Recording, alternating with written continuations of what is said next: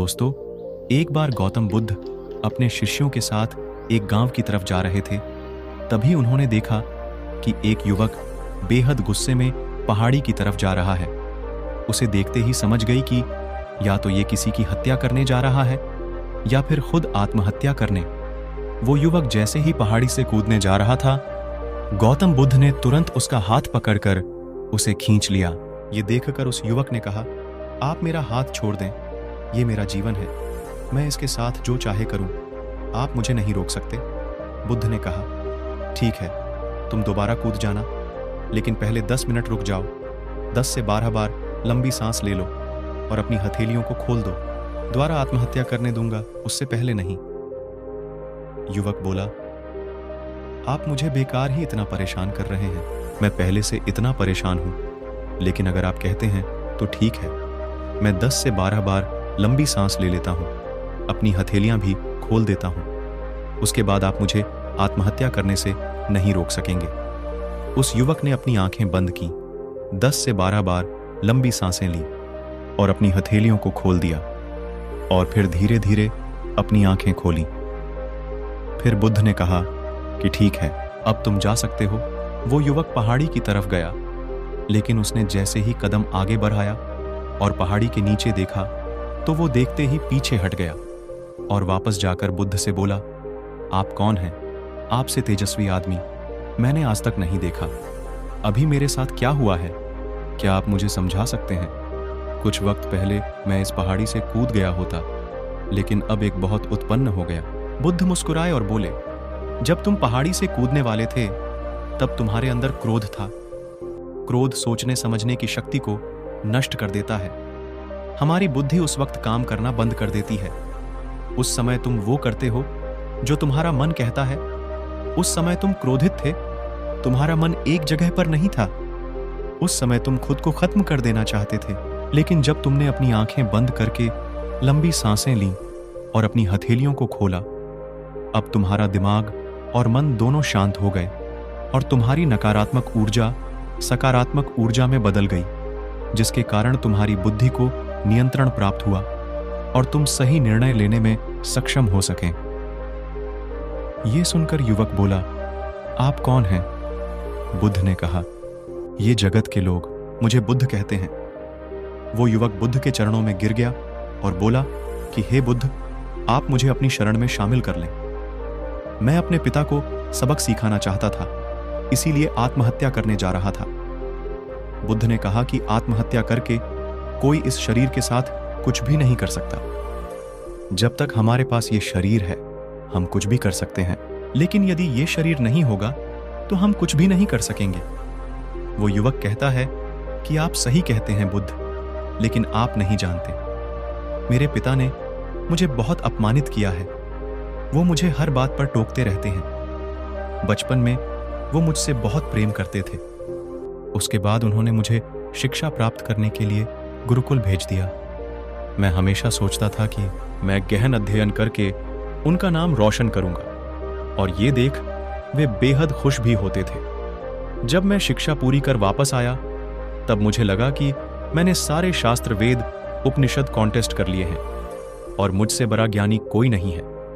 तब वो खुश होने की जगह मुझसे कहते हैं कि अपने आप को ज्यादा ज्ञानी होने के भ्रम में मत डालो और ना ही खुद में इतना अहंकार लाओ। और मैं तो उन्हें दिखाना चाहता था कि मैंने कितना गहन अध्ययन किया है। मैं बड़े बड़े शास्त्रार्थ में जाने लगा। सभी मेरे ज्ञान से प्रभावित होने लगे। सभी ने मुझे बहुत महान झाता माना, लेकिन मेरे पिता ने नहीं माना। वो मेरे शास्त्रार्थ के बीच में पहुंच जाते और मेरे बताए गए ज्ञान में कुछ ना कुछ कमी निकालते रहते और सबके आगे मुझे अपमानित भी करते रहते। मेरे साथ रहने वाले मित्रों को भी अपमानित करते थे। वो कहते थे कि वो मेरा जीवन बर्बाद कर देंगे, क्योंकि वो मेरा साथ देते हैं, मेरे ज्ञान की प्रशंसा करते हैं। मैं समझ नहीं पा रहा था कि वो ऐसा क्यों कर रहे हैं। तब मेरे मित्रों ने मुझसे कहा, क्योंकि वो मेरे जितना ज्ञान अर्जित नहीं कर पाए, इसीलिए वो मुझसे ईर्ष्या करने लगे। एक दिन मेरी उपाधियों के कारण मेरे मित्रों ने मुझे मदिरा पान करा दिया। ये बात मेरे पिता को पता चल गई। वो मुझे ढूंढते ढूंढते वह पर पहुंच गए और सबके सामने मुझे थप्पड़ मार दिया। मुझे बहुत अपमान महसूस हुआ। तब मैंने तय कर लिया था कि मुझे मेरे पिता को सबक सिखाना है और मैं यहां आत्महत्या करने आ गया, क्योंकि एक पिता के लिए इससे बड़ा सबक क्या होगा। जब वो अपने बेटे की अर्थी को उठाएंगे तब उन्हें एहसास होगा कि उन्होंने क्या गलती की है। बुद्ध मुस्कुराए और बोले कि मुझे तुम एक बात बताओ, जो ज्ञान तुम्हें आत्महत्या करने के लिए प्रेरित करें तो वो ज्ञान किस काम का? वो ज्ञान कहां से अच्छा हुआ जो तुम्हें एक गलत काम करने से नहीं रोक सकता? उस युवक ने कहा कि आप सही कहते हैं, अब मैं खुद अज्ञानी सा महसूस कर रहा हूं। आप मुझे अपनी शरण में ले लें, आपसे ज्ञान प्राप्त करना चाहता हूं। बुद्ध ने कहा, तुम मेरे साथ 4 दिनों तक रहना और उसके बाद अपने पिता के पास जाना। अपने पिता के घर तुम मध्य रात्रि के बाद ही जाना और बिना किसी हलचल के चुपचाप भीतर चले जाना, तब तुम्हें जीवन का सबसे पहला ज्ञान मिलेगा। वो युवक 4 दिनों तक बुद्ध के पास रहा और उसके अगले दिन पिता के पास चला गया। जब मध्यरात्रि वो अपने घर पहुंचा तो उसने देखा कि उसकी माता बिस्तर पर बहुत बीमार पड़ी हुई है और युवक के पिता से कह रही है कि तुम्हारी शक्ति के कारण आज मेरा बेटा मुझसे दूर है। अगर तुम इतने सख्त नहीं होते तो आज घर छोड़कर नहीं जाता। वो युवक अपने पिता की तरफ देखता है। वो देखता है कि उनकी आंखों में आज तक आंसू नहीं थे, पर आज उनकी आंखें नम हो गई थीं। उसके पिता कहते हैं कि मैं उसे दुख नहीं देना चाहता था, बस उसके अंदर के अहंकार को मिटाना चाहता था। तभी उसके अंदर की कमियों को उसके पास जाकर बताता था ताकि मुझे सुनकर कोई और भी उसकी कमी को उसे बता सके और उसके ज्ञान का घमंड खत्म हो सके, क्योंकि आदमी का अहंकार उसे हमेशा ले डूबता है। लेकिन उस भीड़ में मेरे सिवा कोई नहीं था जो उसको उसकी गलतियों के बारे में बताता था। तब मैंने तय कर लिया कि मैं उसे उसकी गलतियों से अवगत कराकर रहूंगा। लेकिन वो मेरी बात न सुनकर हमेशा अपने मित्रों की सुनता और एक दिन जब उसने मदिरा पान किया तब मेरा दिल बहुत दुखा और तब मुझे लगा कि शायद मेरी परवरिश में ही कोई कमी थी।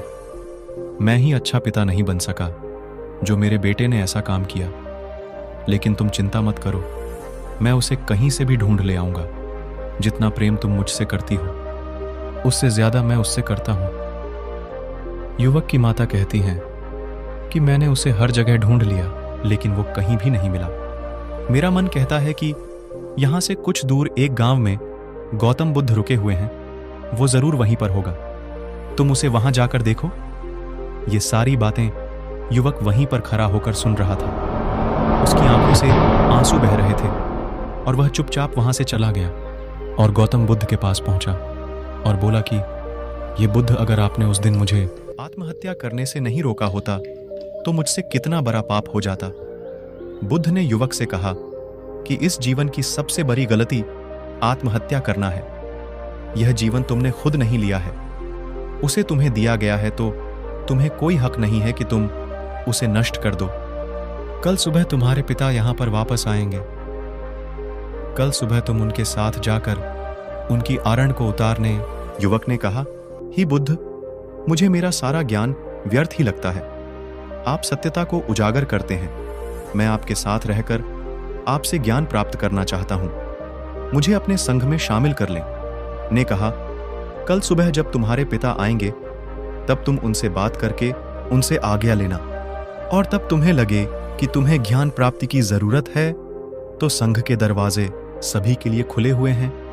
तो दोस्तों, अगर ये कहानी आपको थोड़ी सी भी ज्ञानवर्धक लगी तो इसे अपने सगे संबंधियों और दोस्तों के साथ शेयर जरूर करें।